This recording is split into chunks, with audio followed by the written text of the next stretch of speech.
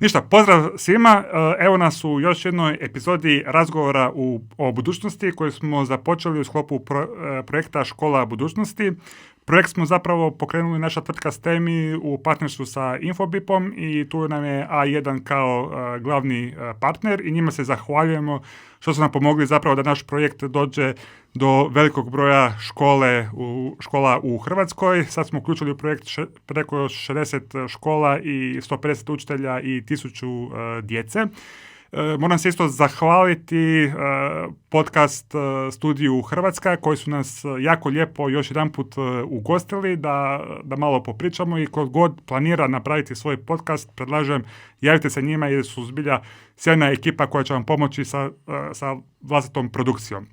A danas sam vam doveo jednu jako zanimljivu osobu za koju zbilja mogu reći da sam izuzetno ponosan i sretan što sam imao prilike upoznati i volio bi da o ovoj osobi čuje cijela Hrvatska jer zbilja je jako lijepi primjer kako bi škola trebala izgledati. Mi pokušavamo sa našim projektom zapravo pomoći školama da postanu škole budućnosti, a ovo je zapravo po mom skromnom mišljenju sjajan primjer škole koja je već odavno postala škola budućnosti. I sa mnom je tu u gostima učitelj Zdenko Kobeščak. Zdenko, dobar dan.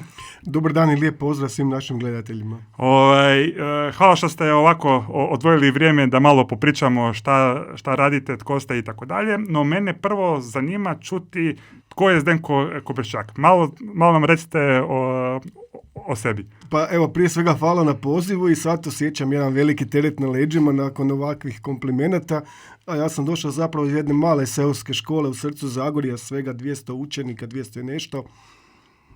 Dakle, kad bi spojili trokut Krapinu, Zabok, Zlatar, mi bi bili u centru tog trokuta, a zapravo je riječ o 10-12 sela iz kojih dolaze naši učenici. Ja sam ravnatelj te škole, evo sad na putu 3. mandata, a zapravo vjerujem da ste me pozvali zbog toga jer pokušavamo u našoj školi stvoriti iste uvjete i dati iste šanse, prilike našim učenicima da dobiju što bolje znanje kako bi se spremili za nastavak školovanja u srednjoj školi i opće za budućnost, da ne bi bili na neki način zakinuti ili deprivirani u odnosu na neke bolje centre, škole, krajeve. Jasno. I ajmo malo početi pričati o školi općenito. Znači, mene zanima što je po vama škola? Znači, pokušajte mi u svojim riječima opisati što je škola, što je svrha škola i kako vi to školu pokušavate izgraditi u srcu Zagorja? Pa ja bih rekao, i tu će možda biti malo i provokativan, da je škola zapravo sve ono što nije po definiciji, ili barem onako kako smo mi naučili. U našem nekakvom promatranju budućnosti škole i sadašnjosti škole je ona odgovor na društvo u kojem živimo i radimo. Drugim rječnikom rečeno, ako mi ne pratimo trendove, ako se ne prilagođavamo, to je prvi korak. Drugi korak je predviđati što će se dogoditi u skoroj ili daljoj budućnosti, a treći korak je provocirati tu novu budućnost onako kako bi zapravo odgovaralo da naši učenici budu spremni za tu budućnost za koju ih ne možemo na klasičan način naučiti, jer se jednostavno život, svijet se mijenja puno brže nego se mijenjaju kurikulumi, nego se mijenjaju programi i zapravo trebamo izokrenuti školu iznutra, otvoriti u svijetu da zapravo škola i odgoj i obrazovanje budu sastavni dio svakidašnjeg života na način da se brišu granice, recimo trajanja sati, da se brišu granice između zidova koje učenici prekorače odnosno uđu u školu kao zgradu, da zapravo nestaju sve te nekakve umjetne granice koje su zapravo stvarne, ali na ovaj način, zahvaljujući sadašnjem trenutku i mogućnostima, zapravo mislim da bi trebalo školu gledati drugačije nego što smo gledali do sada. Znači, škola zapravo treba biti mjesta koja pripremaju mlade za budućnost. Pa tako, mislim, već je opće poznata stvar i ja ću tu sad ponoviti ono što vjerojatno svi znamo, da su jesen u našu školu i svaku drugu školu ušli učenici koji će, kad završi svoje školovanje, naći se na tržištu rada gdje će biti 65% novih zanimanja za kojih mi nismo mogli u školi školovati jer zapravo niti ne znamo koje će to zanimanja biti. Ali naslučujemo da bi nam trebalo danas sutra možda neko ko će koordinirati let dronova, naslučujemo da će nam trebati neko ko će možda trenirati, servisirati robote ili stvarati neke automatizacije, a mi zapravo trebamo otvoriti oči i našim učiteljima i dati mogućnost našim učenicima da prepoznaju neki potencijal u sebi, a svakoga nosi, da ga tu nekako kanaliziramo kroz školu, damo im mogućnosti razvoja kako bi danas sutra u životu, možda najvažnija stvar, radili ono što vole i vole ono što će raditi, da zapravo uzgajamo, ako tako mogu reći, strast. I kod učitelja i kod učenika. Baš sam naravno bio na društvenim mrežama započeo zanimljivu diskusiju gdje mi je jedan kolega je i napisao kao da se u školi jako puno uči o prošlosti i da zapravo škola, koliko mi sve to bazirano da jako puno učimo o prošlosti, kako su stvari bili, a zapravo da djeca jako malo promišljaju o budućnosti. Imate sličan dojam da je tako i kako bi uopće mogli djecu baš okrenuti prema budućnosti? Dakle, ovak, povijest je učiteljica života, ja to ne želim sporiti. Iz prošlosti, pogotovo prošlih pogrešaka, možemo jako puno učiti, ali onda se na neki način najedanput nađemo u nekakvom krugu, često i ideološki obojanom, i tu zapravo ne izlazi neka nova vrijednost, neko novo razmišljanje, neka nova paradigma. A rekao bih ovo, vezano uz drugi dio vašeg pitanja. Vjerojatno svako ko imalo pozna sustav, recimo u osnovnoj školi, iz nje dolazim, primjećuje s kakvom ljubopitljivošću dolaze učenici u školu. Otvorenih očiju, puni pitanja. Svi dižu ruke u zrak, javljaju se, žele nešto pitati i zapravo je pravo bogatstvo taj čudesni svijet brojnih dječjih pitanja koji polako iščezava s protokom godine, da se praktički u 8 razredu niko niti ne usuđuje nešto pitati, da ne bi bio na neki način proglašen, pa makar i neizravno neznalicom, nekako svi se pokunjimo, riječnik se smanjuje, mladi koji završavaju 8. razred odgovaraju i razgovaraju s kratkim rečenicama da, ne, možda, pomalo se čini da su lijeni govoriti i zapravo se tu vidi kad mi smo smanjili mogućnost djece da postavljaju pitanje, da tragaju, da traže, da istražuju. Oni su zapravo najbolji što su manji, najveći istraživači, otvoreni za sve. I zapravo bi mogli učiti s, to se kaže, minimumom invazivnog obrazovanja. Znači, ne treba nekakve strukturirane, decidirane okruženje, procedure stvarati, strogo vojničko okruženje za nekako drilanje ili štrebanje ili ono baš umjetno zapamćivanje. Uostalom, možda najbolji primjer svojevremeno je u svijetu bila dosta na glasu hole in the wall, rupa u zidu, ne znam koliko je poznato to našim gledateljima. Sugata Mitra, jedan indijski pedagog, je u tim indijskim siromašnim gradićima, naseljima, a ti gradići imaju po 100.000 ljudi, u jednu rupu u zidu stavio računalo, ništa nije govorio i onda je zapravo kroz neko vrijeme se vratio da vidi šta će se dogoditi. U međuvremenu misleći da se zapravo ništa ne bude dogodilo, da bi to strgali. Međutim, našao je hrpe djece koji su tamo istraživali, pa ih onda pitao što ste vi, što radite. Ma, kužimo ovo, kužimo ono, ali nije nam jasno kako dolaze do sekvencioniranja DNA. Dakle, toliko su duboko ušli unutra i počeli sami učiti, istraživati, otkrivati potpuno nove svjetove, praktički bez prisustva odrasle osobe, a zapravo nisu maltene znali ni što je računalo. Dakle, stvarajući takvo jedno okruženje gdje će ta prirodna dječja znatiželja doći do izražaja, omogućujući im da postavljaju stotine pitanja i da sami nude odgovore i traže ispravne ili neispravne varijante tih svojih odgovora, zapravo ćemo stvoriti jedan uvjet da nam djeca ne budu danas sutra pasivni dionici društva, nego da budu nosioci i promjena i cijele jedne nove paradigme svijeta i društva u kojem živimo. Zapravo sam mi baš iznenadili jer ste istakli mog omiljenog edukatora koji ima jednu premisu koju sam baš iznio u grupama sa učiteljima i nastavnicima u jednom podcastu kad sam bio na Srednja HR, koja isto govori Sugata Mitra da kaže kada bi u školama bilo manje podučavanja da bi postizali bolje rezultate. I to je donekle na tragu mog razmišljanja da zapravo učitelji nisu oni koji uče djecu. Znači, to je kao da kažete recimo da vrtlar raste biljku. Znači, učenje je interni proces koji se događa u svima nama, a zadaća nas učitelja i edukatora je da stvorimo okruženje i environment u kojem se učenje i razvoj strasti može dogoditi. Vidiš, zato se ja pitam da li sam ja danas dobar tvoj sugovornik, jer ja znam i sad vidim da se mi zapravo poklapamo u nekakvoj filozofiji životnoj i radnoj i da zapravo slično mislimo. Ali ja bi to možda još jednim primjerom, ovo što sam rekao, podcrtao. recimo, neke stvari koje ne učimo za cijeli život, kao što je vožnja bicikla. Navodno sad postoji u Zagrebu škola koja uči malu djecu voziti bicikl, jer ne stignu to njihovi tate sa svojom djecom napraviti, što je stvar sama za sebe za razmisliti. Međutim, ako se sjeti svako od naših gledatelja kako je naučio voziti bicikl, onda će vidjeti da to je prije svega bila jedna strašna želja, motivacija da ja naučim voziti bicikl. Onda neko ti može držati bicikl, ali čim ti jače stisneš pedalu, zabadav iza tebe jer mu odeš i padneš. Ali ona radost, želja da se to napravi, da se otkrije, zapravo u konačnici svako sam nauči voziti bicikl. Samo mu treba stvoriti jedno pozitivno okruženje, možemo reći i nekakvu potporu, pa možda čak i deklarativno, samo jer ne može za njim trčati, ali takvo jedno okruženje zapravo rađa znanje iskustvom i onda praktički to znanje, to iskustvo ostaje za cijeli život. Kažu oni, a ja još nisam u toj fazi, da se njima suprotstavim, da kad jedanput naučiš voziti bicikl, to se pamti do groba. I sad ste baš napravili se jedan uvod u sljedeće pitanje, jer mene jako zanima kako ste vi to okruženje stvorili u vašoj školi. Pa me prvo zanima da nam ispričate tko su Dragica i Jurek.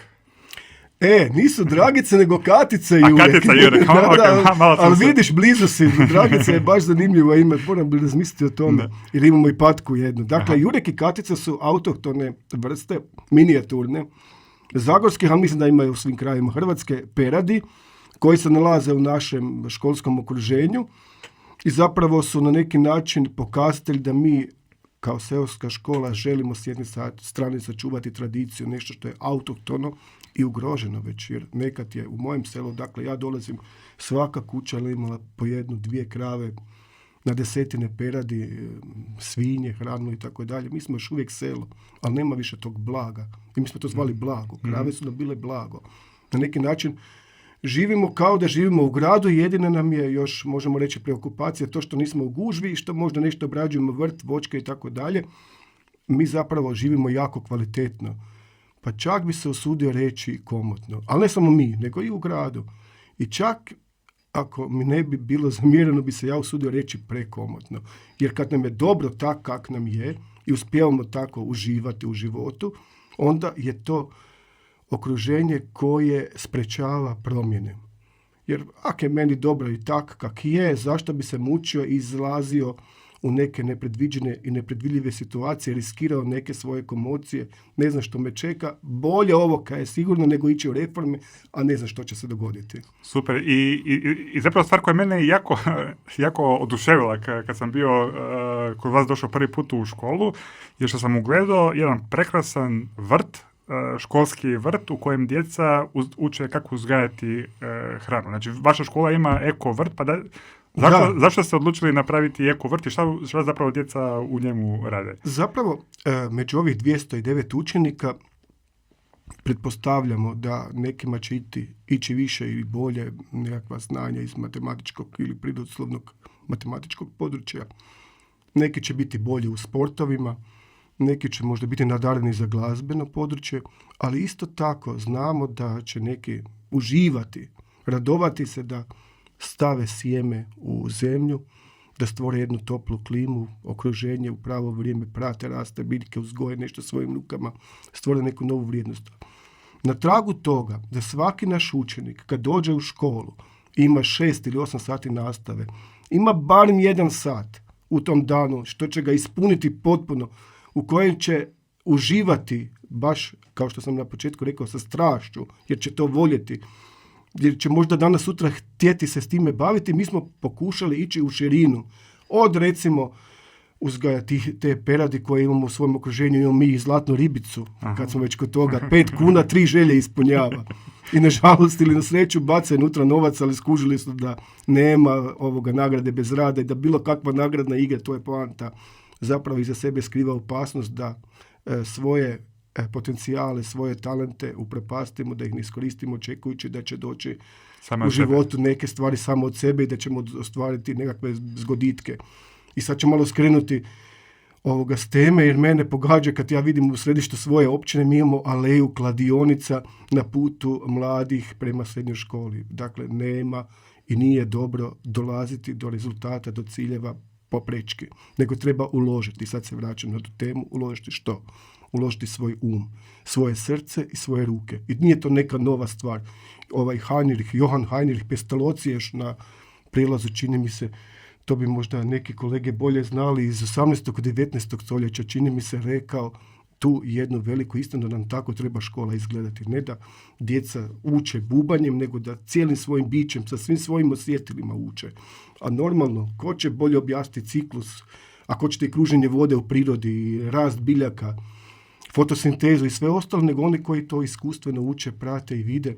Na primjer, evo ga, našeg školskog vrta, koji je, by the way, već 2 puta nagrađen i na natječaju kao najljepši školski vrt u Hrvatskoj. Bravo.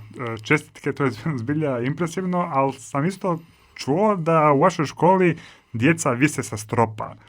Pa da li je to istina i kako ste došli na tu ideju da djeca vise sa stropa? Sad ja ne znam da li si ti čuo ili si ti to vidio? Vjerojatno sam i vidio, ali sam isto pročitao o tome. Ti si bio kod nas u školi, samo ne znam točno u kojem trenutku. Naime, prvo kako je došlo do toga.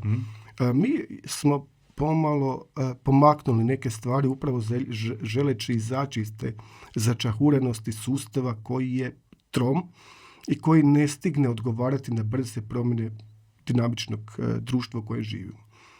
A problem je kod naših učenika, i to sve veći, da njihova razina komunikacije, odnosa je sve siromašnija. Zapravo se događa da čak rađe komuniciraju preko mobitela, a zapravo su susjedi.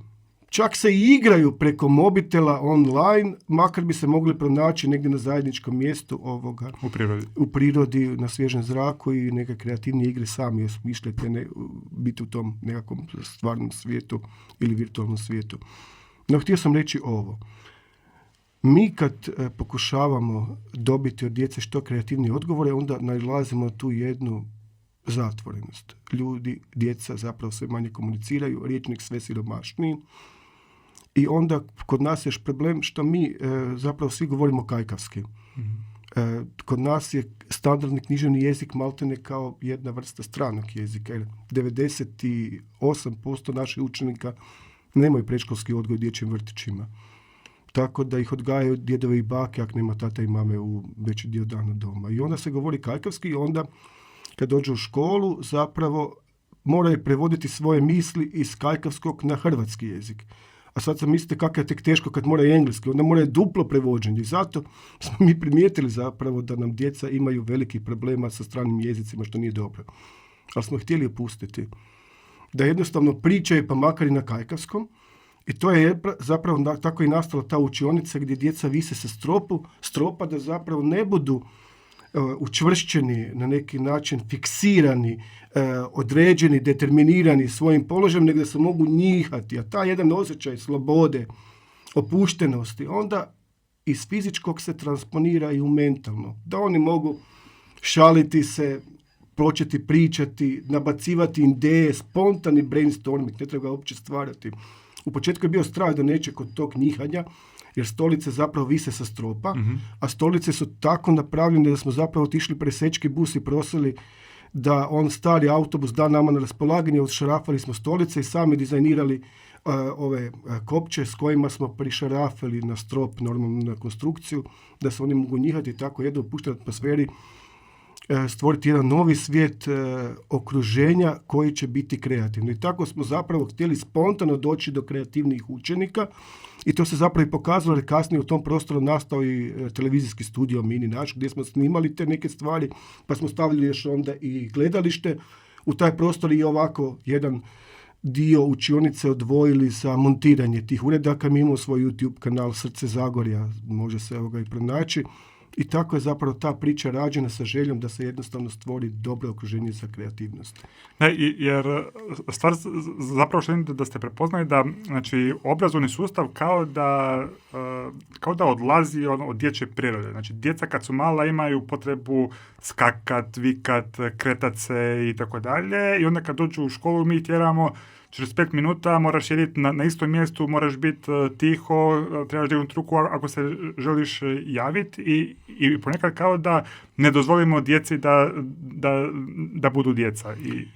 Ja tu nemam što dodati. Točno tako kako si rekao, s time da sad je još k svemu tome, jer smo mi tak zapravo se ponašali već desetljećima, došla i ova korona, koja je pak naredila 2 metra razmak, odnosno 1,5 metra, brnjice na usta, komunikacija, znači strogo određena, determinirana, mislim prostorna komunikacija, i sad se bojim zapravo što će nakon svega toga se dogoditi sa, ma ne bih rekao mentalnim zdravljem, nego s kvalitetom djece da gaje, njeguju i razvijaju svoje osjećaje za drugoga, poštovanje u smislu međuljudske komunikacije i odnosa, jer nekako sve postalo pomalo kao u nekom laboratoriju. Ali to nije sve što vi imate u školi. Vidio sam da ste napravili i svemirsku učionicu koja doslovno izgleda kao Space Shuttle, kao da uđete u NASA-u. Pa o čemu se to radi? A ne znam da li ste vidjeli, imamo tamo i vremenski stroj Dr. Who-a, koji je jedno vrijeme se vrtio, ne znam da li još uvijek na našim televizijama, kažu da je to serija koja je, dakle, među svjetskim serijima na prvom mjestu po duljini trajanja. Desetljećima se snimala.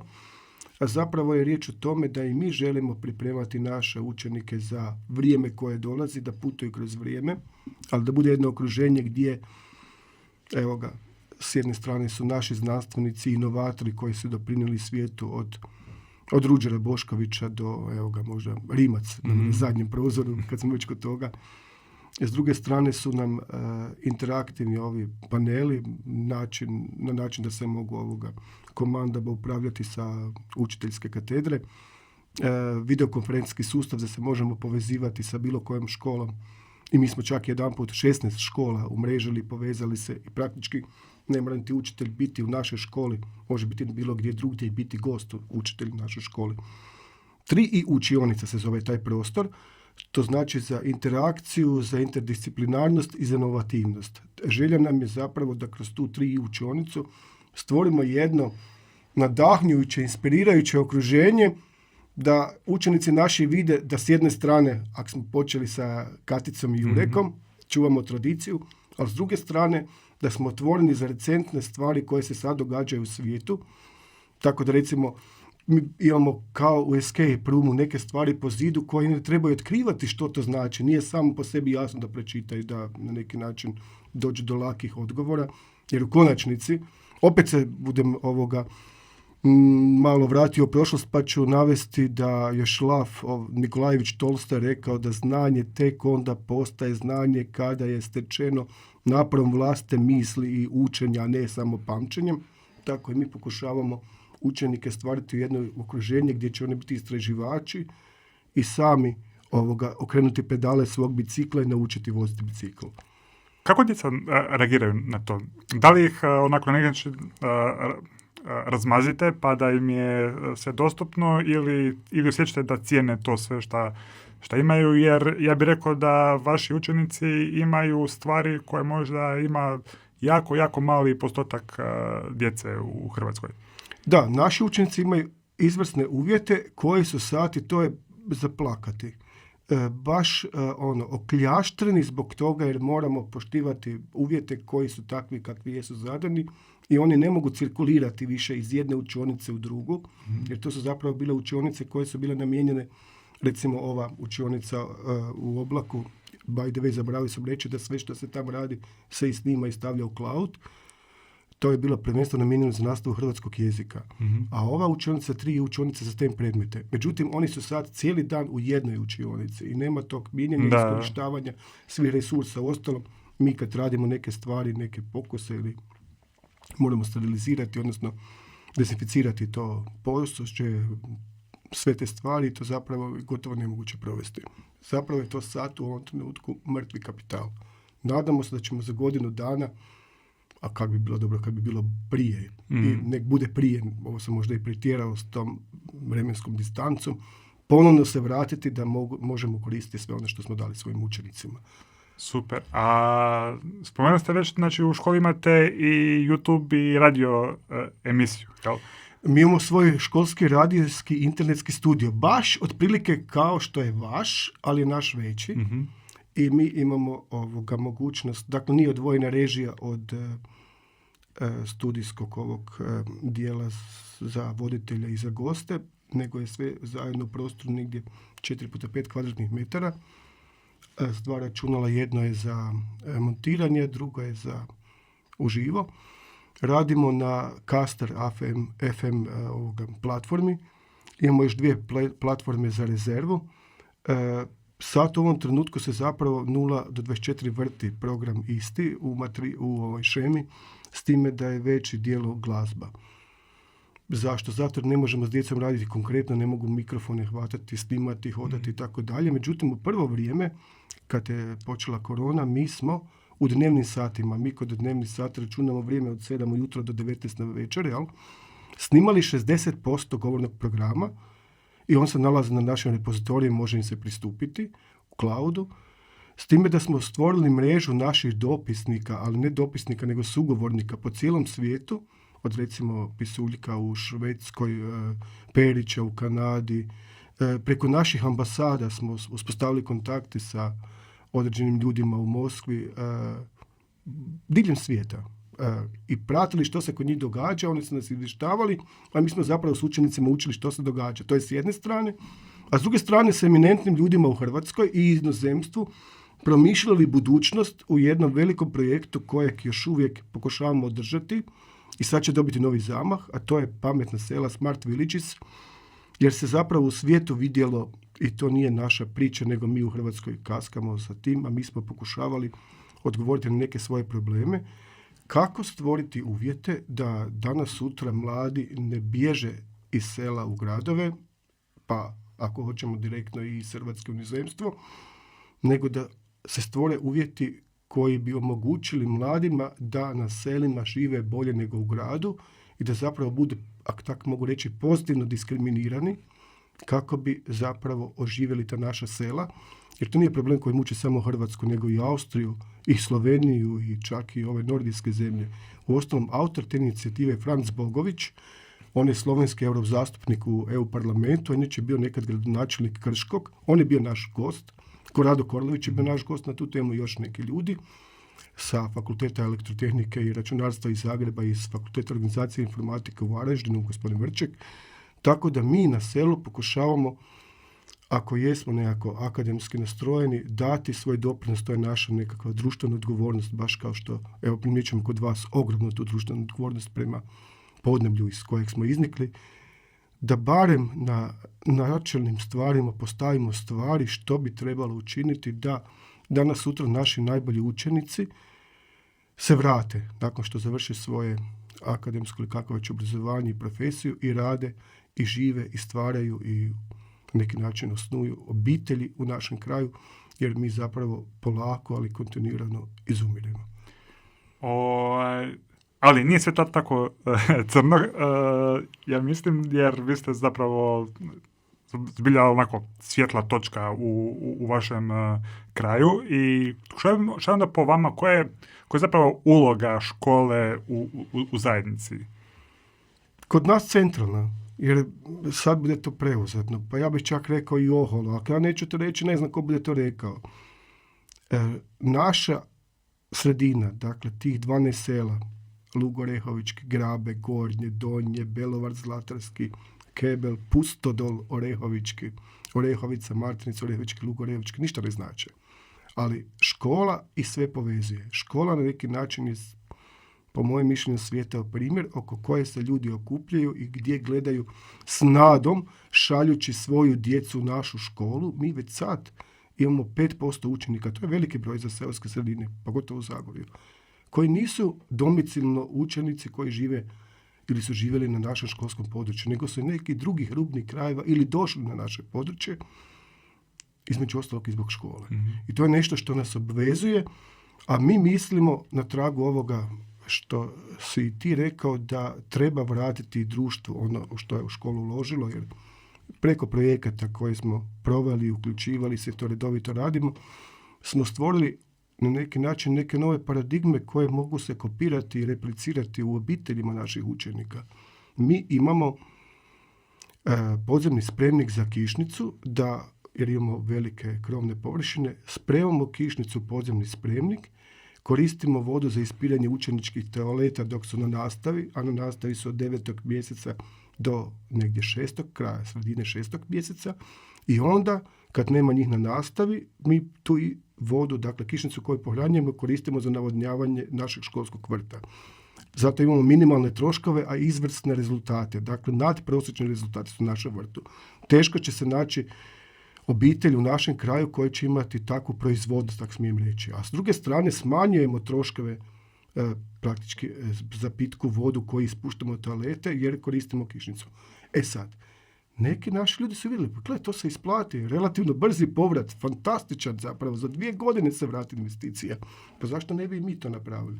Mislim da škola može biti perjanica jedne lokalne zajednice, ali isto tako i generator novih ideja kako bi se oplemenio život ljudi na tom području. Mi imamo svoju vjetroelektranu i fotonaponsku elektranu i jednu bateriju koja to pohranjuje, ne da bi proizvodili neke velike količine energije, nego više kao edukativno.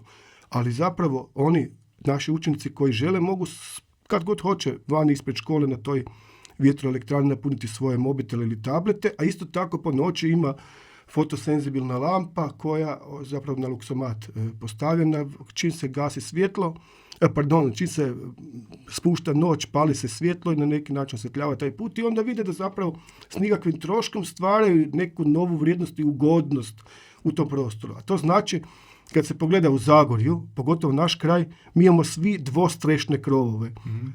A uvijek je jedna od tih streha okrenuta prema sunčanoj strani. Ogromna zapravo, ja bih rekao, perspektiva i mogućnost da se instaliranje fotonaponskih panela omogući, barem da se smanje troškovi za energente i da na neki način, ako se što podrži kroz ovu posebnu diskriminaciju da država se financira, se stvore uvjeti da se živi praktički ko u raju, ajde sad sam možda pretjerao to da ljepše zvuči, a da zapravo minimum troškova.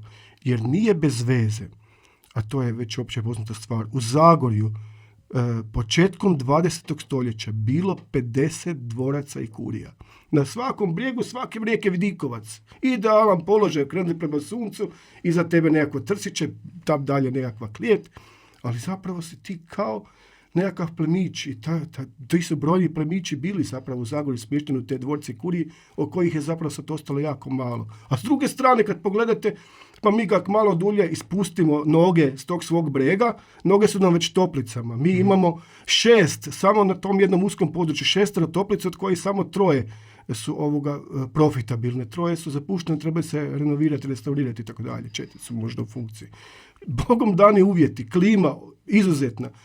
Zapravo se ja postavljam pitanje kad će se dogoditi točka reverzibiliteta da nam više Zagrebčana odseli iz Zagreba i doseli u Zagorje nego što će Zagoraca žudjeti i seliti u Zagreb to boš da bi živjeli u ugodnijim i nekakvim, ja bih rekao, kako oni vele, komotnijim uvjetima. Da, jer ima neko, mislim, opće poznato da nekoć zapravo u prošlosti škole su zapravo bila centralne jedinice lokalne sredine. Ajmo reći, najbolja tehnologija je bila u školama, škole su bile najnaprednije mjesta. Što se dogodilo da se to, ajmo reći, kroz vrijeme degradiralo i da to, mislim, ja bih rekao, vaša škola je možda i izuzetak, ali mi se čini kao da smo mi kao društvo zapustili funkciju, zapostavili smo važnost obrazovanja, zapostavili smo važnost škola i zapravo počeli smo jako malo ulagati. Nekako imamo osjećaj da škole su uvijek zadnja rupa na svirali i uvijek su neke druge stvari bitnije. Vidiš, sad se tu mogu djelomično složiti. Dakle, u ovom trenutku se u škole ulaže jako puno. Dakle, ne govorim tu samo o energetskoj obnovi zgrada, nego pogotovo za vrijeme kurikularne reforme se ulagalo puno i u opremanje. Evo, mogu reći, baš prateći iskustva naših reportera diljem svijeta koji su surađivali, da u trenutku kad smo mi prešli na online nastavu, nisu ni ove zapadne europske zemlje bile tak pripremljene i tak brzo uskočile i prilagodile sustav koliko je to dobro odrađeno u Hrvatskoj. Bez obzira na sve one porođajne boli koje su bili nesnalaženi i tako dalje. A da ne velim kako smo se digli gledajući digitalne kompetencije. Izvrsno. Mm-hmm. Dakle, oprema je bila i još uvijek je. Normalno, amortizacija ovog laptopa je 25%. To znači da nakon 4 godine njegova vrijednost se otpisuje, trebalo bi kupovati novo. Bojim se kako će to ići. Jer mi imamo sad relativno novu opremu, dobili su dakle svaki učitelj svoj laptop, ne znam kako će to biti za 5 godina, da li će se obnavljati. Međutim, nešto drugo je problem. I mislim da bi tu trebalo poraditi. Mi se često volimo uspoređivati, i to je dobro, sa nekim najnaprednijim zemljama što se tiče obrazovanja u svijetu. Teško baš sa Singapurom i s Hong Kongom, ali recimo s Finskom, pa čak i Irskom, neki uspoređuju nas. Makar bih htio reći jednu stvar, dobro, ali to je škola, kao i u Kini, vojničkog tipa, gdje su u konačnici učenici u poziciji da ostvaruju bolje rezultate na nekim međunarodnim ispitivanjima, ali mi se čini da su nesretni, da nisu zadovoljni, postoji velika stopa odustajanja od škola, nezadovoljstva, pa čak, reći ću to, i nekakvih neželjenih, da ne velim suicidalnih ponašanja mladih. Ali u Finskoj je poznato da je ugled učitelja na visokoj razini. I u finske škole dolaze u škole kao učitelji oni koji su bili najbolji studenti. Izvrsni potencijal. I to je jasan pokazatelj mjesta i uloge obrazovanja u društvu. Mi još možemo kupiti tehniku, opremu, ali će nam možda i stajati. Možda i neće stajati, ali pitanje ne sad da li znanje znati, nek kako znanje dati, prenijeti učenicima. I tu bi zapravo trebalo povesti brigu da ne se dogodi kako nam se sad događa. Ali to više nije priča samo za Zagorje, to bi netko trebao ozbiljno porazmisliti. Da mi više ne možemo u školama zaposliti jer ih nema, niti educiranog i profesionalnog u smislu, dakle, magistra ili profesora kemije, fizike, matematike, čak više ni informatike. Na neki način se naznačuje pitanje učitelja stranih jezika i to je gorući problem našeg društva. Jer i prije je bilo pitanje ko je upisivao te fakultete i kako su završavali, ali ajde, barem smo imali stručne osobe. Mi sad imamo u bitnim, krucijalnim predmetima, ako želimo misliti u budućnosti našeg društva, ljude koji imaju veliku energiju, veliku volju i mi strahovito puno ulažemo u edukacije, u savršavanje tih ljudi, ali u konačnici nemamo pravih učitelja za te predmete. Zašto? Gdje je problem? Uvijek je problem, znači, ugled u društvu i na neki način, dakle, tu onda proizlazi status, jer pazite, nekad je u školama učitelja, kad je dolazio u neku školu, a išao je po direktivi, nije išao i nije se on mogao javiti, govorimo o jednoj davnoj prošlosti, gdje bi htio raditi, nego je išao po direktivi tu i tu školu. Ali ga je čekao svugdje neki stan, nekakav prostor, nekakva pozicija. Uvijek su učitelj, liječnik, svećenik bili najugledniji članovi tog društva, pred kojim se skidao šešir, kojeg se uvažavalo, čija riječ je bila meritum stvari, pa čak bi rekao ponekad i pretjerano, jel? Da se ne dovodi u pitanje što tko od njih kaže, jel? A sad se to zapravo potpuno izokrenulo i u prvi plan dolaze neki mediokriteti koji stvaraju neki umjetno proizvedeni opinion makeri, nekakve nove paradigme promišljenja. Ne želim nikome ovoga sad tu i na kraj pameti mi je da obezvređujem nečiji rad koji se s tim bavi, od toga živi, ali mi je žao da zapravo oni u kojima gledamo svoju budućnost, a to su djeca, koji će danas sutra brinuti da mi imamo nekakvu mirnu starost. Pa ako hoćete i da umremo u nekakvim normalnim okolnostima, da se premalo ulaže, da budu dobri odgajatelji, učitelji, oni koji će s njima raditi umjesto nas kao roditelja. I tu mislim da bi tu trebalo doći do kopernikanskog obrata.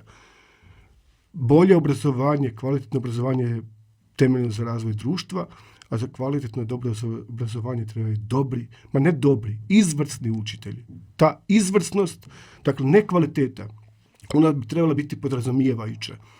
Ti ideš na fakultet, završi fakultet i budi kvalitetan. Ali ja bih rekao ne, budi izvrstan.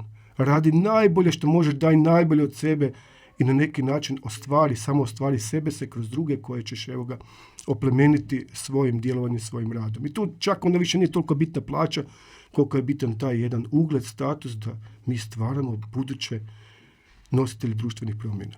Jer ja često volim govoriti da zapravo biti učitelj je najodgovorniji posao u društvu i prokletstvo biti učitelj je šta vi zapravo ako loše radite, vi posljedice ne vidite odmah. Doktor ako loše zezne, on vidi u roku minute rezultat lošeg rada. A odgovornost na učiteljima je edukacija generacije od sustava vrijednosti do znanja i svega šta prenosi kako želimo djecu izgraditi, ali rezultat se vidi nakon 10, 20, 30 godina. I nekako se pokušava stalno razmišljati, znači kako u društvu osvijestiti koliko je to zapravo važna profesija, jer obrazovanje je temelj svakog društva. I ja mislim dok mi obrazovanje ne stavimo na prvo mjesto i kažemo sad sljedećih 10 godina obrazovanje, učitelji, to će biti najvažnija tema u društvu, najviše ćemo ulagati, teško ćemo moći napraviti velike korake naprijed, ali s druge strane mi je jako drago što postoje fantastični primjeri poput vas, vaše škole i drugih učitelja koji zapravo fenomenalno rade, a jako malo se vidi u društvu kako zapravo sjajne ljude imamo. Da, zapravo nisu zvijezde ti učitelji kao što bili neki drugi koji rade neke druge stvari, ali rekao bih ovako da mi još uvijek imamo prilično veliki broj izuzetno uspješnih učitelja koji su zapravo takvi jer su sami po sebi unutarnjom motivacijom pokrenuti i entuzijasti su. Znači, nose tu strast u sebi, entuzijazam, vedrinu, optimizam. Žalost je to što njihovi najbolji učenici su prepoznati vrlo brzo i od šireg okruženja i često nam odlaze van. Nažalost, prečesto se ne vraćaju u Hrvatsku. Bilo bi dobro kad bi se vratili, još oplemenjena svoje iskustva i obogaćena znanja. Međutim, nije cilj da nam država i obrazovanje počiva na entuzijastima, na takvim ljudima koji nose to strast poučavanja, koji žive školu, koji žive budućnost svojih učenika, nego da stvorimo sustav, da svi budu takvi, da jednostavno stvorimo okruženje u kojem ne možeš biti učitelj ako nisi takav. Promijeni zanimanje. Da. Slažem se, apsolutno. Ali što mi se čini da vi isto jako dobro radite u svojoj školi je da pokušavate povezati zajednicu, školu, učenike i zapravo učenike odgajate da su oni članovi te zajednice i želite da članovi zajednice doprinose školi. Znači, mi se čini kao da je vaša škola jedan pješčanik koji svi članovi zajednice mogu na neki način graditi i da škola je tu da vraća nazad. Dok često mislim da smo si onako ljudi utaboreni, roditelji su onako protiv učitelja, miješaju se stalno u poslu, svi misle, kao ja često kažem, Hrvatska ima 4 milijuna ljudi, svi misle da su savršeni izbornici za nogometnu reprezentaciju, svi misle kako se djeca trebaju školovati, educirati i tako dalje. I umjesto da je neka suradnička atmosfera, gdje ja dođem i pitam vas kako vam mogu pomoći da vi još bolje radite svoj posao. Čini mi se da u našem društvu se više smo onako u taborima, jedni protiv drugih, a zapravo svima nam je zajednički cilj da želimo da društvo ide naprijed, da djeci bude bolje i treba biti se više pomagati. Zašto toga nema? To se mislim da u vašoj sredini toga ima puno. Pa recite nam kako ste vi to postigli? Dobro, dok su u taboru, dok nisu u rovovima. Pa ja bih rekao da mi imamo sreću, što, kao što ste već i prije primijetili, da je škola centar nekako događanja, jer kod nas osim škole ne postoji niti nekakva druga mogućnost. Mi nemamo kino, mi nemamo niti ambulante. Imali smo poštu pa su nam zatvorili i to nas žalosti. Nekad smo imali ambulantu i kino isto zatvoreno i nestalo. Nemamo većeg privrednog subjekta koji bi zapošljavao više od 10 ljudi. To su najjači naši poduzetnici. Svi negdje putuju. Škola je jedina koja još povezuje. Međutim, ako se nadovežem na vaše pitanje, moram reći da ne znam da li zato ili zbog toga što doista smo takav kraj kakav jesmo. To je možda bilo malo preoptimistički rečeno. Mi imamo izvrsnu suradnju sa našim okruženjem, s roditeljima. Ne znam da li ste vidjeli kad ste došli u našu školu, između kuhnje i blagovonice jedna velika tabla od poda do stropa. Kad smo obnavljali blagovonicu i kuhinju, vrijednost je bila negdje oko 500.000 kuna. Svega. Sve su odradili naši ljudi, volonterski, a oni koji su bili poduzetnici su kupovali i donirali materijal. Jedino što nam je pomogla naša županija osnivač je bila kod kupnje konvektomata, znači negdje 40 nešto tisuća kuna, kako bi djeci mogli davati just in time topli obrok, da ne čeka, da se obrok ne hrani, nego direktno ide iz konvektomata na stol. Kad smo uređivali područnu školu u Orehovici, to nisi vidio, to je jedina škola u Zagorju koja još uvijek ima svoj vinski podrum. Ali nemamo unutra vina, nego skupljamo čajeve, pa dakle za degustaciju čajeva i za naše ove edukacije i za druge koji žele koristiti taj prostor edukacije. 90% je odrađeno zapravo zahvaljujući ljudima iz našeg kraja, meštrima, zidarima, ovima koji se razumiju centralno grijanje u vodu i tako dalje. To je naša snaga. Jer kad bi mi očekivali da bi mogli unapređivati školu i sredstvima koje dobivamo od zajednice, znači od prvenstveno od osnivača, nikad to ne bi mogli ništa napraviti. Jer naša sredstva, a danas smo dobili projekciju za cijelu ovu godinu i manja su nego što su bila prošle godine, a prošle godine su reducirane za 60.000 kuna na kraju godine, odnosno na početak godine, a mi smo se tu morali samo spuštati. Mi ne možemo u školama pokriti nikakav drugi trošak osim energenata. Eventualno nešto papir. Za sve ostalo mi smo upućeni na prijavljivanje na projekte. I to su prepoznali i naši učitelji i drugi naši dionici koji nas podržavaju, pa i naši prijatelji među kojima ste svakako vi. I to sad ovdje moram reći. I to osvjedočeno, dokazano, dugogodišnje, koji nam zapravo dajete vjetar u leđa. Ne znam ko je to rekao i koje pjesme sam to pronašao, nemoj biti sidro, nego budi jedro. Naša lokalna zajednica puše u naša jedra i gura nas naprijed. U ostalom, sad je u tijeku jedan natječaj od jednog naše velike kompanije gdje mi pokušavamo za naše učenike izgraditi zelenu i pametnu školsku autobusnu stanicu.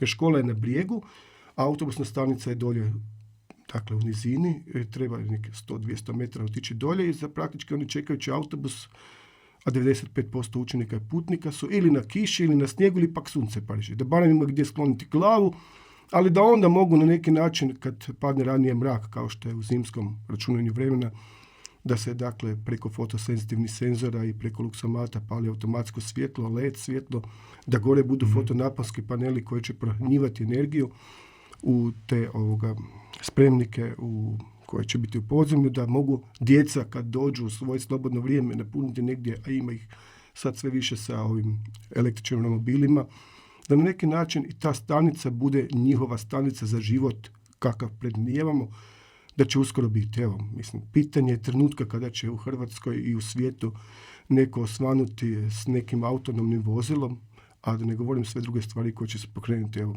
u svijetu činjenica da se sad u novoj financijskoj perspektivi od 2021. do 2027. planiraju otvoriti financijska sredstva i za takve projekte. Ne želimo kaskati. Sad više to nije niti pitanje predviđanja što će se dogoditi, nego prilagođavanja i praćenja. I sadašnjosti, upravo tako. Čak bih rekao da možda mi kaskamo već tu, a ako se sjećate na početku sam rekao da nije više toliko naša intencija prilagođavati se i predviđati, nego provocirati neke nove stvari. Mi vjerujemo da s takvim okruženjem, proaktivnim, pozitivnim i suvremenim koristeći blagodati tehnologije koja se brzo razvija, ali prepoznajući prave vrijednosti možemo stvoriti jedno pozitivno okruženje u konačnici da nam ljudi ostanu na našim selima i da mi u školi, sad ću reći direktno naš privatni interes, ne ostanu bez učenika. Jer ako ostanu bez učenika, ostanu bez posla. Jasno. Sad sam malo htio razgovor prebaciti na jednu drugu temu, a me prvo zanima da vas pitam, znači da trebate odabrati jednu riječ s kojom bi se vi opisali sebe. Koju bi riječ odabrali? To me niko nije pitao, sad si me našao, sad si me ovoga zatekao malo.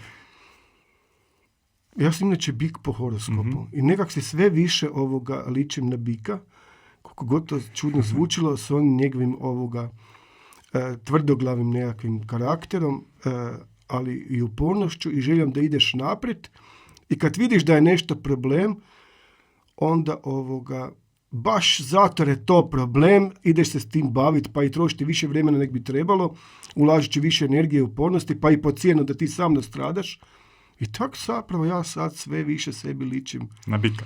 Ma da.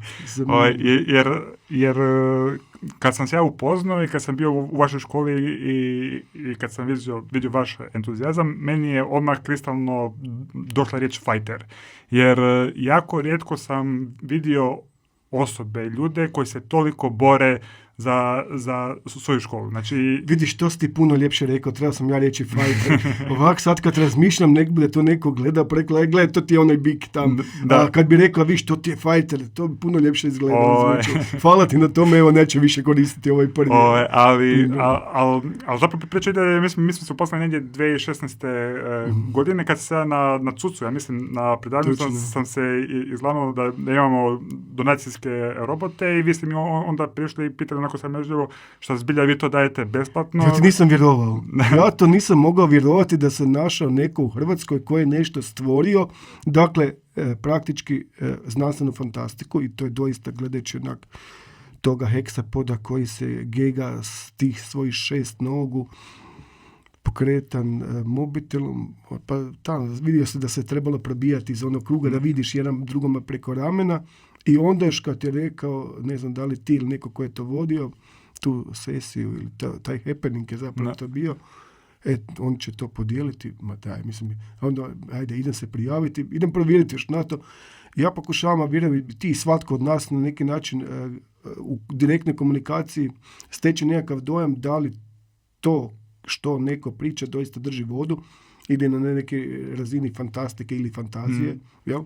I nekako sam osjetili kod tebe baš to, ne govoriš ti bez veze, ne želiš nas prevariti, ne daješ lažne nade i onda sam zapravo, evo ga, to se ti htio reći, došao do tebe i tako je krenuo naša saradnja. I ja mogu reći ono kad smo došli napraviti, mislim, to je bila jako skromna donacija, to je bio ravno jedan robot, još je bio na razini prototipa, nije to baš bilo onako dobar proizvod, ali vi ste nas stvarno dočekali, bili kao zvijezde i pokazali školu i sve. Pa vi ste bili zvijezde, znate li vi da su od onda naši učenici krenuli u smjeru elektrotehnike, a do tad nismo imali. I sad, između ostalog, vi ste vidjeli, neki od njih već sad su zapravo krenuli prema fakultetima. Tako da, tad sam već osjetio to, taj fajterski duh za svoju školu, ali sad bih htio malo popričati isto o profesiji biti ravnatelj škole. I čuo sam, ne znam da ste isto nagrađeni jedan od 500 učitelja pred godinu, dvije, ali međutim brojkom od 500 je bilo samo 4-5 ravnatelja koji su dobili nagradu. Vi ste dobili jednu od nagrada. Da mi kažete šta za vas predstavlja biti ravnatelj? To jest, zašto ste uopće postali učitelj i zašto ste odlučili postati ravnatelj? Dakle, nisam mogao postati ravnatelj ako ne budem prije učitelj. Šalim se. Ali de facto ja sam stvarno na kraju krajeva počeo sam drugim školama raditi jer moje nije bilo posla i žudio za tim da radim u školu koju sam ja išao, koja je blizu moje rodne kuće, suprugine, također suprugom iz istog tog kraja, da budu tu moja djeca. I da stvorimo školu na kojoj ću biti ponosan ja kao učitelj ili kasnije kao ravnatelj, učenici naše škole na koji budu ponosni i kad završe našu školu da budu ponosni na svoju školu koju su završili gledajući oči u oči drugim učenicima možda iz razvikanijih sredina i uvjeta koji su bolji i stimulativniji nego što je naša seoska sredina, makar mislim da to čak i nije nešto što bi trebalo vagati ili na neki način uspoređivati, tako je. Baš to, dakle, htio sam napraviti nešto za svoj kraj, za svoje mjesto, koliko god to idealistički zvučilo, iz jedne jedine stvari. Što sam uvijek kao dijete i kasnije imao dojam da smo mi zapostavljeni. Da su nas svi otpisali. Da do nas nikome nije stalo. Da naši učenici kad idu dalje se puno teže probijaju. Puno teže dođu do nekih rezultata jer su, evo, moja generacija koja je završila osnovnu školu je 95% nakon osnovne škole otišlo raditi u okolne tvornice kože i obuće, tvornice tekstila, dakle poslove koji su praktički u toj serijskoj proizvodnji toliko manualni da mi se ponekad čini da su privesti strojevima za vrlo niske plaće. A mislim da uz jedno dobro obrazovanje, jednu poticajnu klimu, pa čak i s one strane nekakvog okruženja u smislu standarda koje postoje, znači s one strane u tom smislu da idemo ispred neke stvari koje jesu, da i eksperimentiramo, pa i da pogriješimo. I to je zapravo dobar stil učenja, da pokušavamo stvoriti nešto što će dati priliku svakom našem učeniku da prepozna potencijale, da ga mi podržavamo, da razvije i u konačnici, evo ga, to je i naša misija, da bude dionik koji će doprinijeti onda razvoju lokalne zajednice u kojoj živi i radi. I kako izgleda jedan radni dan ravnatelja u školi? Pa ne znam, to ovako, kad ti pitaš, izgleda kao da je to nekako mučenje i ono stalno, ja zapravo ću reći nešto što će možda skandalizirati, ali ja ne osjećam svoj posao kao posao, u smislu da bi to nešto bilo naporno, jer prije svega ja zapravo zahvaljujem našoj državi koja mi plaća za posao koji toliko volim raditi da bih ga možda radio i besplatno samo da radim taj posao. Svaki mali uspjeh, svaki mali rezultat mene raduje kao malo dijete. I evo, ovi natječaji koji su projekti, ovo ostvarenje. Dakle, to su komunikacije s ljudima, motiviranje ljudi, neke banalne stvari, na primjer kad možeš ti iščupati ciklus vrta, pa tu ciklu onda pripremiš, pa probaš, pa degustiraš i daš s učenicima da ne kupujemo tamo konzervirano povrće, svaka čast, jel? To me kupovno, ali da oni degustiraju nešto što je proizvedeno vlastitim rukama.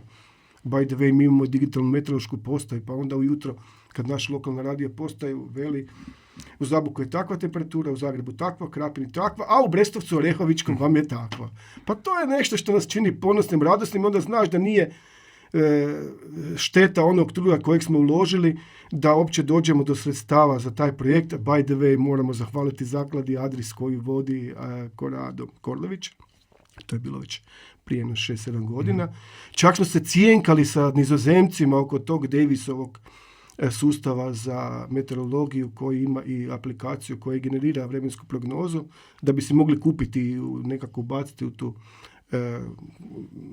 u planirani proračun koji je bio zadan, nismo ga mogli proširivati, ali evo ga, te uspješne stvari odrađene nas motiviraju za nove stvari, za nove uspjehe i zapravo onda u nekom trenutku postaješ ovisan o tome i onda se nađeš zapravo da ti se čini da neki drugi život ti ne bi imao smisla, neki drugi posao ti ne bi imao isto tako radosti, pričinjavao. Bez obzira na sve stresove i traume i poteškoće koje ima svako od nas, vjerujem da i ti, da one trenuci radosti, uspješno odrađenog posla, kad možeš nekako, vjerujem da tako i radnici na poslu obrišu znoj sa čela i kad pogledaju djelo svojih ruku su onda ispunjeni. Evo, ja bih rekao da sam se pokušavao, trudim se i nalazim se u tom poslu na neki način kao osoba koja se sama ostvarila. I to nema tog novca koji bi to platio i kao što sam rekao, ja zapravo dolazim i ranije na posao, odlazim i kasnije jer mi to i nije posao, nego mi je zapravo pa jedna vrsta radosti. Da, znači nije posao, već je poziv. Upravo tako. Na neki način. To je bolji izraz. A generalno, mislim, kad razmišljate o obrazovanju, mislite da je postoji preveliki raskorak između obrazovnog sustava i ono što je stvarni svijet? Da li mi danas uopće pripremamo djecu za taj neki svijet koji dolazi ili je taj jaz malo postao prevelik? Kako se vama čini iznutra? Dakle, ovako, odgovor na prvu je da, to je točno. Konstatacija, međutim, postoje neke druge stvari koje mi u školi primjećujemo, koje su dobre i nisu dobre, ovisi kako se gleda. To znači, nekad je bilo dominantno učenje za život u školi. Praktički ti doma u svojoj kući nisi dobio nekakve kvalitetne informacije, osim ako nisi imao akademski obrazovane roditelje ili barem takvu sredinu, nekako blisko okruženje. Danas se zapravo može doći do informacija, know-how i više nego u školi u okruženju. Dakle, svako ko ima pristup internetu može danas pronaći, doći do informacije koju hoće, kako hoće educirati se. Vjerujem da će u skoro vrijeme i u Hrvatskoj biti prihvaćene sve više diplome i usavršavanja na fakultetima koji to rade online, tako da je pitanje vremena i kod nas kako će se transformirati škola. Mi sad u ovom trenutku pripremamo, a mislim da to rade i drugi, pa neću predaleko odlaziti u objašnjavanju. U tijeku je priprema za jedan veliki natječaj za uspostavljanje znanstvenih centara pri osnovnim školama u Hrvatskoj, gdje je za jedan projekt predviđeno, znači za jednog aplikanta, negdje vrijednost €1.000.000. Mi razmišljamo o hibridnim učionicama i hibridnoj nastavi, koje će upravo stvoriti pozitivno okruženje da se nastava događa bilo gdje i bilo kada. To znači da učenici mogu biti u učionici i pratiti nastavu, mogu biti ako su bolesni u bolnici i pratiti nastavu, mogu pratiti nastavu od doma, putem sustava ambijentalnih mikrofona i kamera, uključivati se, javljati i sudjelovati virtualno kao da su fizički prisutni. To zapravo ta tehnologija omogućava. S druge strane, to što može događati u realnom vremenu, može i asinkrono kasnije se pogledati.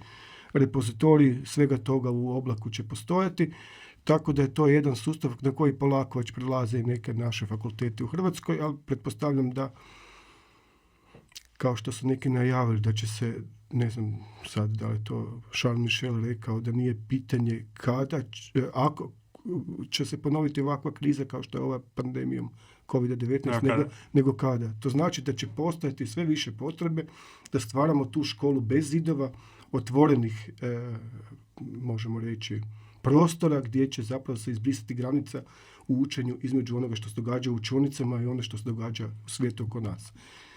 Tak mi sad planiramo kroz to apliciranje tog projekta, vidjet ćemo kako ćemo proći i što će na kraju svega toga biti, ali u konačnici naša vizija škole je prihvaćena od strane naših učitelja i učenika i ona je vrlo ovak pjesnička. Naša je škola oaza zajedništva, izvor znanja i kamen temeljac uspješne budućnosti naših dionika. Dakle, ne samo učenika, nego dionika. To znači učenika, učitelja, roditelja naših učenika i lokalne zajednice. Oaza, ako smijem samo to objasniti, bez obzira šta se događa oko nas. Neke pustanje, neke problemi, a bit će ih uvijek i uvijek je bilo. Ajmo mi stvoriti tu jedno toplo okruženje, da imaš izvor bitnih stvarima, da imaš pitku vodu, da bude znači stalno to strujanje novih ideja, novih primjera dobre prakse, novih iskustava, novih znanja i da barem na onim temeljnim stvarima stvorimo dobre temelje naših učenika, a onda i učitelja i normalno i lokalne zajednice roditelja, da se oni samo ostvare kroz daljnje školovanje i kroz svoj profesionalni angažman u životu. Tak mi imamo viziju takve škole. Biće teškoće, i uvijek je teškoće, izazova i nerazumijevanja, pa i na neki način borbi, sukoba koji su sastavni dio života, ali zapravo u konačnici, sad ću opet biti pjesnik pa ću reći, ono do čega se dođe lako zapravo i malo vrijedi. Da prave stvari su zapravo posljedica velikih napora i borbi. Ja često volim u ekstremima razmišljati u smislu da me potakne da pokušam se maknuti iz nekog okvira i da pokušam neke stvari gledati iz druge perspektive. I ponekad sam razmišljao ono što bi se dogodilo da sad da kažemo, ne znam, ministarstvo kaže, znači godinu dana ne trebate raditi po nekakvim kurikulumima, po nekakvim pravilima, evo vam učitelji, radite kako vi mislite i znate da je najbolje, vaš jedini posao je napraviti da se djeca zaljube u predmet koji vi predaju. I da to napravimo eksperiment na razini države, znači idemo pustiti učiteljima slobodne ruke, ravnateljima da napravite školu u mjesto. I da recimo ono, kad gledamo obrazovni prostor gdje su djeca zarobljena unutar zidova u učionici. I onda sam se pitao zašto ne bi djeca mogla ići iz jedne prostorije u drugu kako im dođe, zašto treba imati to ono vremenski 45 minuta radi jedno pa se moraš prebaciti na drugu. Znači zašto ne bi onako u školu dolazila stvarati i da mogu malo otići u jednu učionicu gdje ima recimo informatička, gdje mora nešto napraviti pa ode u drugu pa surađuje. Znači zašto ne počnemo malo razmišljati o skroz drugačijim okvirima. Mislim, to vi već radite, pokušavate napraviti. Ti si trebao biti ambasador kurikularne reforme. Jer to je zapravo baš to. Dakle, ne da ja sad tebi tu nešto ovoga želim se ulizivati. Dakle, pameti mi nije, ali pogodio se stvari. Dakle, to je bila intencija da se stvara takvo okruženje, takva klima, da evo ga, hole in the wall je taj primjer za učenike, da tako stvorimo i škole gdje će biti proaktivne, gdje će se interdisciplinarno povezivati. Zato je to naša 3 učionica. Da se poveze u konačnici kemija, fizika, biologija, matematika, imaju srodne stvari koje su zajednički praktički. Ne znam zašto mi to tak sve razdvajamo kad je to jedno s drugim povezano. Isto kao što je hrvatski, književnost, multimedija, film, kazalište, opet povezano, snimanje, emisija radijska ili televizijska, svejedno. Znači, zato smo i mi stvarali takve uvjete da se stvori prije svega jedno okruženje koje bude onak wow efekt imalo, to nam uvijek je stalo do toga. Da nešto djeca, kad uđu unutra, da odmah imaju jedan osjećaj kak je to dobro, idemo to, idemo ovo, idemo onako, da ih to nadahnjuje za budućnost. Još jedna jako važna stvar koju moram napomenuti, koju smo otkrili uz put. Mi smo imali velikih problema sa školskom imovinom, odnosno s čuvanjem, bolje rečeno s uništavanjem školske imovine. Od onoga šarenja po klupama, strganje stolica, djeca su se nihala pa su pucali ove zadnje noge, šaranje po zidovima, dakle, dosta se nemarno osjećali. Jer je škola bila tako kako je bila.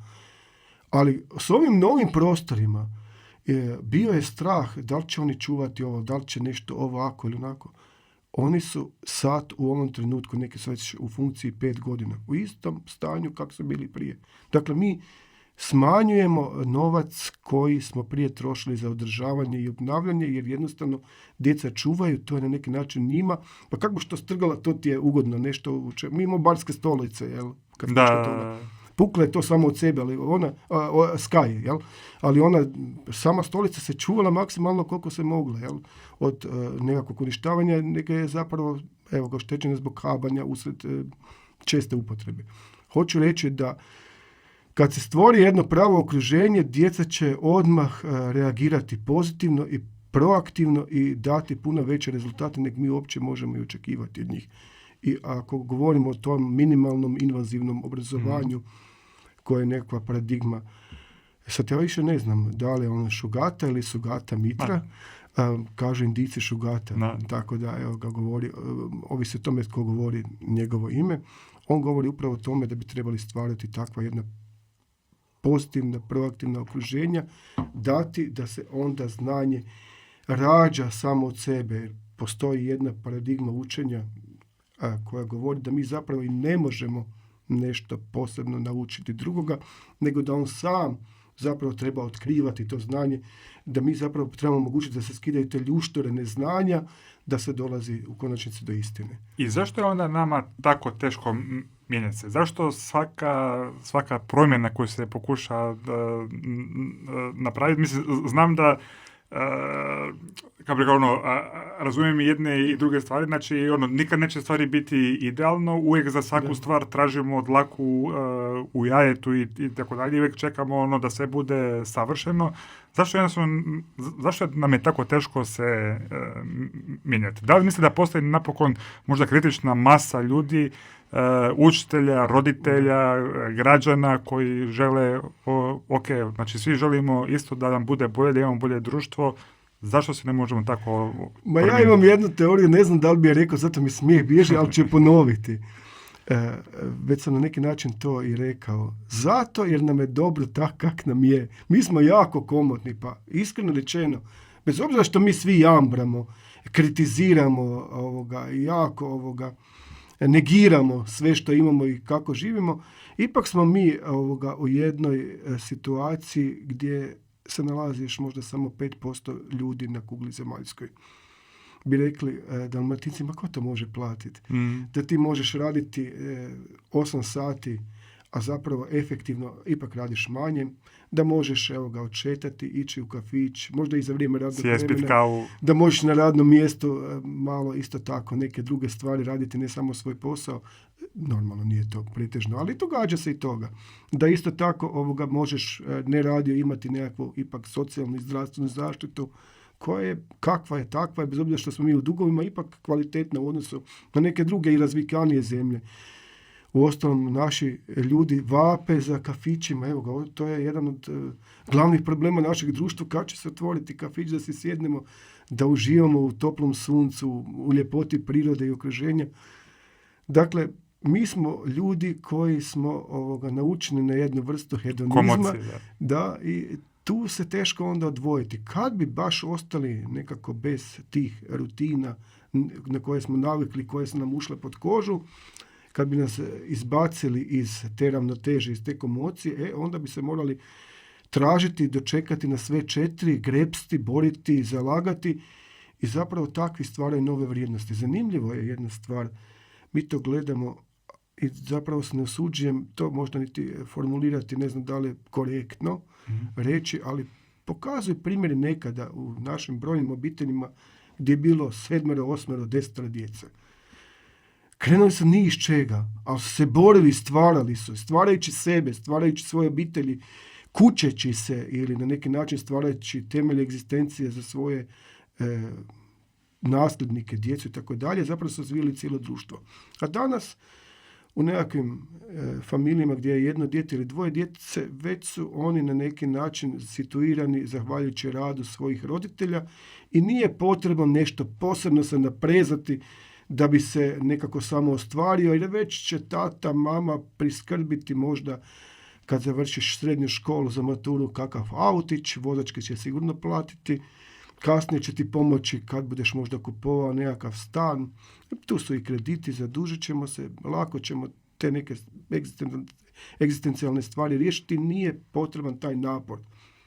Kao što sam rekao prije, potreban napor za učenje, kamoli za nekakve promjene u društvu, jer svi gledaju samo što će izgubiti, a ne gleda se zapravo onaj cilj društvenog općeg dobra. To smo zaboravili možda iz te komocije da meni bude dobro, znači pomalo egoistične, smo zatvorili mogućnosti da se razvijemo kao društvo. No, ja bih rekao da nije sve tako crno, jer imamo sjajan primjer vas, imamo sjajan primjer hrpe drugih učitelja, ljudi koji rade fantastične stvari i zato mi pokušavamo kroz ovaj projekt povezati ljude, pokazati uopće da se mi počnemo hvaliti, da smo zapravo jako, jako ponosni što postoje ravnatelji poput vas, što postoje učitelji poput vas koji zbilja su ugradili sebe u školu i koji se bore da nama bude bolje i u tom kontekstu zbilja bi vam se želio zahvaliti za sve što radite i da nikad ne odustanete, ne izgubite motivaciju, a evo, mi ćemo biti s druge strane da vam pomognemo koliko možemo da budete bolji još u tome što radite. Izbilja od srca mogu reći ponosan što vas poznajem i imam film da ću ja jednog dana kad mi pukne film isto otići iz grada kod vas na Evo, mi ćemo naći jeftinu kuću, ali ja moram reći, ja sam, kako bi rekao sad, malo sam posramljen time što sam rekao, ti si zapravo komplementirajući meni opisao sebe. Ono što ja u tebi vidim je upravo taj jedan svjetionik i u još nekih ljudi u Hrvatskoj. Žalosno je što zapravo gotovo sve ih poznam poimence i mogu ih nabrojiti jer vas je malo. Bilo bi puno bolje da je puno više takvih ljudi. I ako ja tu mogu iskoristiti priliku i privatizirati ovaj prostor, reći hvala tebi, Marine, što si krenuo u nepredvidljive, neočekivane vode inventivnosti, inovativnosti i kreativnosti, jer si ti postao primjer da ja našim učenicima pokazujući STEMI Hexapod robot kažem, evo ga, to je naš čovjek napravio, to je na neki način evo ga pokazati da se može i u Hrvatskoj raditi, da se može stvoriti nešto novo i da to može biti prepoznato u svijetu. Bez obzira živjeli vi u Pustodolu Orehovičkom, u Rijeci, Zagrebu ili ne znam gdje u nekom drugom velegradu svijeta, možete ostvariti svoj potencijal. Hvala, mali disclaimer, ja nisam napravio robota, nego kolege koji su sa mnom osnovali firmu, ja sam samo potrudio da to dođe do Eto, djece. opet si skroman, ali evo ga. Ja se pokušavam okružiti sa ljudima koji su bolji od mene i njih gurat naprijed. Mislim nekako da je to cilj da se svi počnemo više surađivati, udruživati, da zajedno udružimo snage i da krenemo se gurat naprijed. Ništa, hvala još jednom što ste došli sa mnom porazgovarati. Hvala vama što ste nas slušali već koliko, dosta dugo. Nadam se da nismo bili dosadni. Ja ću se truditi i dalje pozvati u goste jako zanimljive, po mom mišljenju, izuzetne ljude s kojima se svi moramo kao društvo hvaliti i volio bi da kao društvo počnemo razmišljati kad sretnemo druge ljude, da ih pitamo kako ti mogu pomoći da budeš još bolji u tome šta radiš. Eto, do nekog sljedećeg slušanja. Pozdrav!